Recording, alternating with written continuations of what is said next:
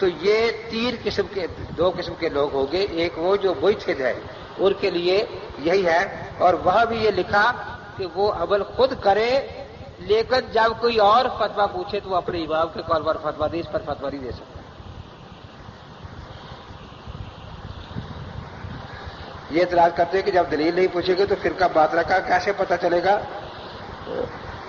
مسئلہ قرآن حدیث کے مطابق ہے یا نہیں؟ تو اجتہادی مسائل میں تو آپ کو قیامت تک ہی پتہ نہیں چلے گا. خود کوئی سے کو پتہ نہیں ہے کہ خطا ہے یہ جزا ہے، ثواب ہے یہ خطا ہے. اور آپ کو اللہ نے تقریب نہیں دی کہ آپ پتہ چلائیں.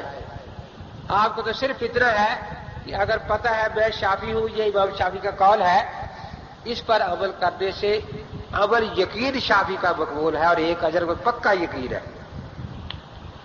اور دوسری اجر کی امید ہے. اس لیے وہی چھدر مقلد کے بارے میں اس کو اس میں اللہ نے نہیں ڈالا کہ تو جا کے تحقیقیں کر. اللہ نے رسول نے یہ بتا دیا ہے کہ بھئی تو عمل کر. اگر اب یہ تیرے وہی چھد کا ثواب کو پہنچا تو 2 اجر ملیں گے. خطا بھی ہوگی، عمل قبول ہے، اجر پکا ایک ہے. اس میں کوئی ایسی بات نہیں. جس طرح تحری کر کے ادھر نماز پڑھی تو نماز یقین قبول ہو گئی، اگرچہ خطا بعد میں پتہ چلا، اس میں کوئی شک نہیں. اس لیے اس آپ کو اللہ نے تقریب نہیں ڈالا. آپ خود پڑھنا چاہیں تو غلط ہے، تو وہ تو وہی تھے کو بھی قیامت تک پتہ چلے گا خطا ہے یا نہیں. تو غیر وہی تھے کو کیسے پتہ چلے گا اس میں خطا ہے یا نہیں؟ اور پرچی بعد میں کہتے فرق ہے، عورتیں مردوں کے تابع ہیں. اچھا، تو ان کے مرد جو ٹوپی اتار کے پھینکتی، عورتیں کو دوپٹہ نہیں پھینک، تابع داری نہیں کرتی اس کی، وہ بھی دوپٹہ پھینک کے نماز پڑھا کرے. ان کے مرد جو ہے وہ اتنی بریار ہے کہ سارے کندھے بھی ننگی ہوتی ہیں. اللہ اکبر. تو عورتیں بھی اتنا ہی کپڑا پہنا کریں. ان کے مردوں کی آدھی پیڑھی لگی ہوتی ہے، عورتیں بھی آدھی پیڑھی لگی کیا کریں نا. تو وہاں عورتیں تابع کیری ہوتی ہے ان کے بھائی. رہا یہ کہ مرد عورت کی نماز میں کوئی فرق نہیں، یہ نہ قرآن میں ہے بات نہ حدیث میں ہے. خود مرد عورت میں پتہ نہیں فرق کرتے ہیں یا نہیں. اور پردے کا فرق یہ اجماعی فرق ہے. اس لیے یہ بات میں بھی پردے کا فرق ملحوظ رکھا گیا ہے. حضرت ظاہر کہتے ہیں، طبرانی میں روایت ہے کہ مجھے حضور نے فرمایا اذا قمت الى الصلاۃ فارفع یدیک حذاء اذنیک، جب تم مانگے تو کانوں تک ہاتھ اٹھا دو. والمرأۃ ترفع یدیہا الی ثدییہا، اور عورت کے سانوں تک ہاتھ اٹھائے. اب حضور پاک نے خود یہ فرق بیان فرما دیا نا حدیث میں. سجدے کی حدیث بھی موجود ہے کہ عورت مرد کی طرح سجدہ نہ کرے، سمٹ کر سجدہ کرے. ان المرأۃ لیست فی ھذا کالرجل، حضور نے خود فرمایا. اب اس سے علت یہ نکالی ہوئی تھے درے کہ عورت کو پردے کا اہتمام زیادہ ضروری ہے. یہ واجبات میں سے ہے، وہ سنتوں میں سے ہے. اب انہوں نے یہ کیا، اس پر اجماع ہو گئے سنت پر. یہ صرف ایک امام کی نہیں ہے. اب 2 حدیثیں ہوگی، ایک حدیث پر عمل کرنے میں پردہ زیادہ کھلتا ہے، ایک میں کم کھلتا ہے. تو جس پہ زیادہ کھلتا ہے اس پر مرد عمل کرے گا تاکہ حدیث پر عمل ہو جائے، حدیث رہے نا. اور جس پر پردہ زیادہ کھلتا ہے اس پر عورت عمل کرنے کی، کیونکہ لہذا استر اس کی سطر ہے. تو اسی کو سامنے رکھ کر شافعی نے 22 فرق بیان کیے ہیں، جو بہشتی گوہر میں بھی مذکور ہے آخری حصے میں. تو اس لیے یہ فرق سارے ایک ہی قاعدے پر مبنی ہے کہ عورت کے لیے پردے کا اہتمام زیادہ ضروری ہے. اس لیے سب کی علت ایک ہی ہے. جیسے بشر کو نکالنے میں علت یہی ہے کہ دم مسفوح نہیں ہے، جگنو کو نکالنے کی علت یہی ہے کہ دم مسفوح، کیڑی کو نکالنے کی علت یہی ہے کہ دم مسفوح. اب اس علت کے نیچے جتنے مسئلے آ گئے وہ سارے فقہا نے ذکر کر دیے. تو اس لیے جو کتاب حدیث ہے، حدیث ہماری طرف سے چھپی ہوئی ہے، اس میں 2 باب، ہمارے 2 جگہ باب ہے مرد عورت کی نماز کا فرق. تو یہ کہنا کہ مرد عورت کی نماز میں کوئی فرق نہیں، عورت تابع ہے، یہ صرف قیاس ہے. ہم نے حدیثیں پیش کی ہے، اجماع پیش کیا ہے قیاس اس وقت حجت ہوتا ہے جب تک حدیث اور اجماع سے نہ ٹکرائے، اس لیے وہ قیاس پر عمل کرتے ہیں، نامحل حدیث رکھا ہوا ہے۔ ہم قیاس کے خلاف اجماع پر عمل کر رہے ہیں یا حدیث پر عمل کر رہے ہیں، تو اعتراض ان پر ہونا چاہیے، ہم پر نہیں ہو سکتا، کیونکہ مسائل سارے حدیث سے ثابت نہیں ہوتے، بعض مسائل قیاس سے ثابت ہوتے ہیں، بعض نہیں۔ احادیث میں پھر یہ کہتے جی وہ ضعیف ہے، یہ صحیح ہے، تو دیکھیے جس حدیث پر امام چاروں اماموں نے عمل کیا وہ حدیث با اجماع صحیح ہے۔ اللہ اور اللہ کے رسول نے کسی حدیث کو صحیح نہیں کہا، نہ ضعیف کہا ہے۔ اب جہاں اختلاف ہے تو جس حدیث پر امام شافعی کا عمل ہے، شافعی کے مقلد کے ہاں وہ حدیث صحیح ہے، کیونکہ امام شافعی کا فرمان ہے اذا صح الحدیث فهو مذهبی۔ جس حدیث پر میرے امام ابو حنیفہ نے عمل کیا ہے میرے ہاں وہ صحیح ہے، کیونکہ میرے امام کا فرمان ہے اذا صح الحدیث فهو۔ ہاں جس حدیث پر امام ابو حنیفہ کا عمل ہے اس کو یہ اللہ سے ضعیف کہلوا دے، اللہ سے، ہم اپنے امام کی بات چھوڑ کر اللہ کی بات مان لیں گے۔ یہ اللہ کے رسول سے ضعیف کہلوا دے، ہم اپنے امام کی بات چھوڑ کر اللہ کے رسول کی بات، اور اگر یہ خود کہے یہ ضعیف ہے تو اسے صاف کہہ دو بھائی میرے دلائل چار ہیں، کتاب اللہ، سنت رسول اللہ، جو قیاس، تو نہ تو تجھے میں اللہ مانتا ہوں، نہ تجھے میں رسول مانتا ہوں، نہ تجھے میں اجماع امت مانتا ہوں، نہ تجھے مجتہد مانتا ہوں، تیری بکواس میری کسی دل کے کھاتے میں نہیں آتی، اس لیے تیری بکواس میری کسی دل کے کھاتے میں نہیں آتی، اس لیے اس بکواس کو میں سننے کے لیے تیار نہیں ہوں۔ ہم تو چار مانتے، اب خیر کن کے امام کا اتحاد ہو جانا اور 14ویں صدی کے بکواس حجت ہوگی تو کوئی بات نہیں۔ اگر امتی کی بات ماننی ہے تو پھر امتیوں میں چار امام ایسے ہیں جن پر امت کا اجماع ہے کہ یہ چاروں مجتہد تھے، دین کے ماہر تھے، اور چاروں نے مکمل دین مرتب کر دیا۔